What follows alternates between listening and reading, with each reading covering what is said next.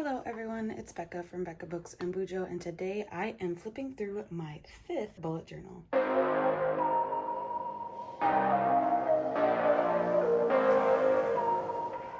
So this bullet journal lasted me from January to September of 2021, so just last year.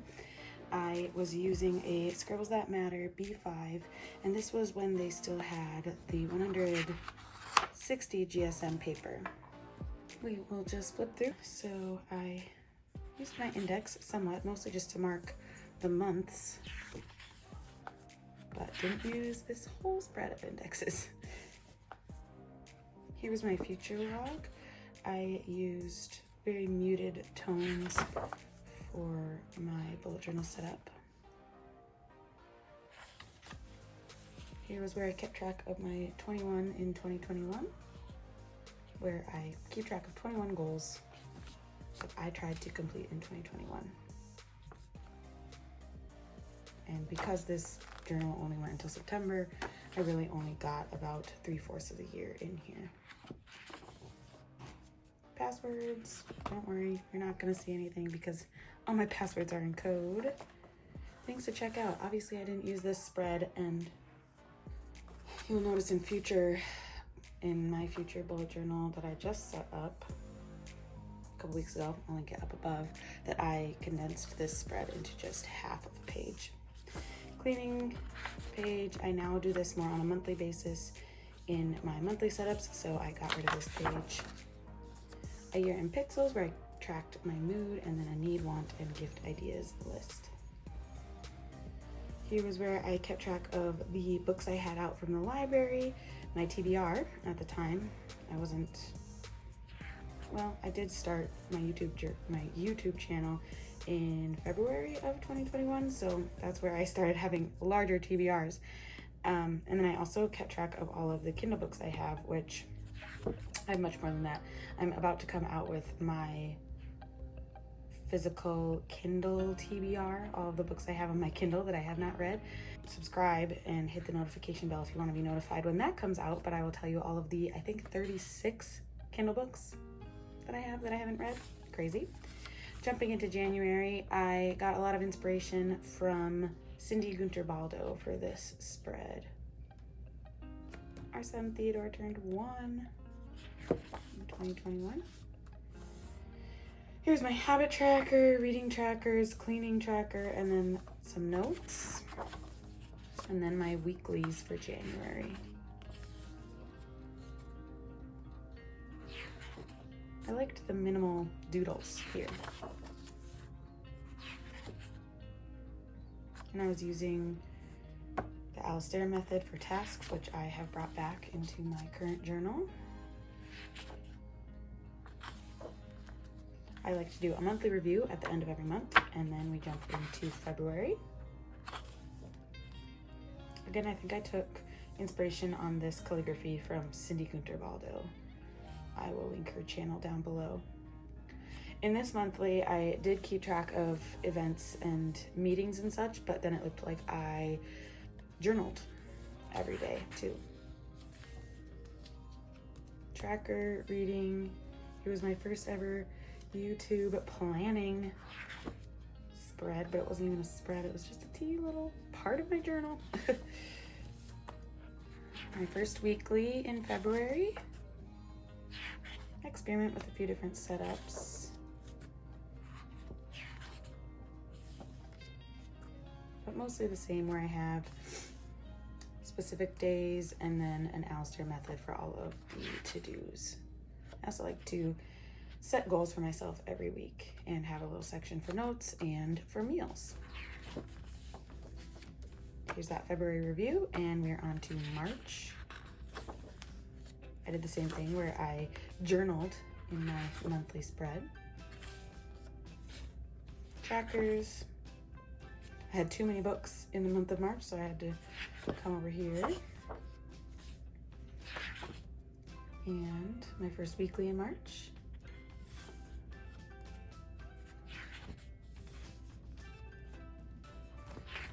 My weeklies. I'm doing a weekly very similar to this right now in my journal, actually, and I like having just a running to-do list here where I stop the day and start a new day once the list is done. So I didn't do much this week. I had a whole spread for YouTube planning. Fun to look back on the beginnings of my channel. March review, and we're into April. This one followed Amanda Reach Lee. I'll link her channel down below, but if you don't know her and you're into bullet journals, you're hiding under a rock. I did these boxes kind of floating in the sky like Amanda did in her setup. And then it also looks like I journaled on these days with the calendar. Trackers, and on to weeklies. These spreads all seem to fit into a pretty predictable pattern.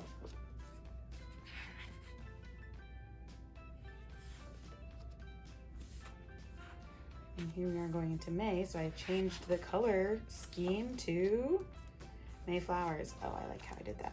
I did April showers, bring May flowers.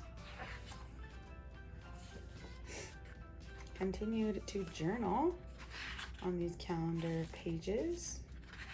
So we didn't have many things to note here. Oh, but it is fun.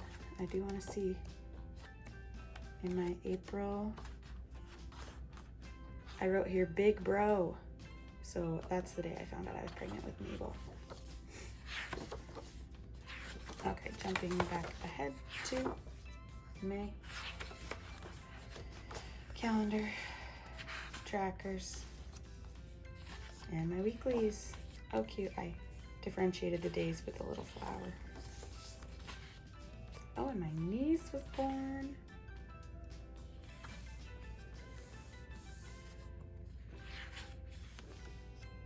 Obviously was not using the journal very much at this time. Here I did a Pride theme for Pride Month, June.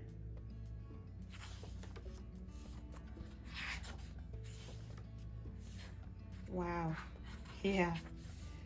I think I had a slump for reading and I stopped filming during the month of June also. Oh, look at these poor weeklies. A slump in reading and a slump in bullet journaling, it looks like. This was kind of fun with a banner at the top. And we're into July, which I think I just chose this color scheme. I didn't really have any doodles or anything particular for the month of July. Oh, I switched up my habit tracker. This tracker is from Jashi Kurian, or Jess. She likes to do a tracker like this, and I love using my Tombos to fill in a tracker like this. And I had a whole page for reading, but look at that. I only read 3 books in the month of July. Crazy. Weeklies look very similar. Here I did a little bit different. That's because this week I was gone. Yeah, so here I did more of just remembering our trips. So I took a group of kids on a houseboat on the Mississippi River, and then here I went to Chicago to watch my husband graduate from his master's program. Looks like I'm back to a normal weekly here. And then August, I had an ice cream theme. Kept with this habit tracker. Cute little ice cream cone. And look, I read so much that I had to continue on to the next page. Oh yeah, so I got out of my reading slump by reading middle grade young adult. I read the Among the Hidden series by Margaret Peterson Haddix, is that her name? Something like that. So a checklist for moving, all the things we had to do. Here was a different, oh yeah, so I kept these sidebars for the entire month of August, but then I had different weeklies in the center here. So this is week 1, week 2. Oh, and we found out that Mabel was a girl. Oh, and Theo had hand, foot, and mouth. Completely forgot about that. Week 3 and week 4. September, I redid this theme from my second bullet journal. I'll list all of my bullet journal flip throughs down below so that you can see the evolution of my journals.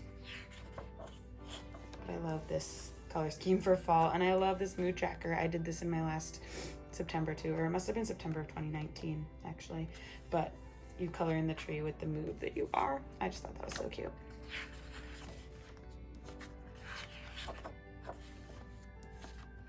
And here is where I experimented with a new weekly that I kept basically until just a couple weeks ago.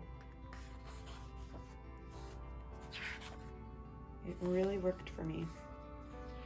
I guess I experimented with something different there, but go back to this. Here was my next bullet journal planning. This was a pet care spread. Book journal ideas. I started a book journal, which I will link that flip through above. Catching up on a bunch of podcasts. I must have not found much time to listen to them in the months of April, May, June. Baby tracker, where I tracked how I was feeling and then if I ever felt her kick. Pen testing. And then I always track my tombos in the back of my journals. And then this was obviously planning for monthly setups, trying to find correct color schemes for each of those. So that is my, what did I say, 5th bullet journal that lasted from January to September of 2021. Comment down below how long you have used a bullet journal. I started in May of 2019. So this being my 5th bullet journal in about 2 years. Seems about normal for the bullet journal community, but comment down below how long you have been bullet journaling or if it's something you'd be interested in trying. I'd love to chat with you down below. Give this video a thumbs up if you liked it. Consider subscribing to my channel if you want to see more bookish and bullet journaling content from me, and I will see you in the next one. Bye.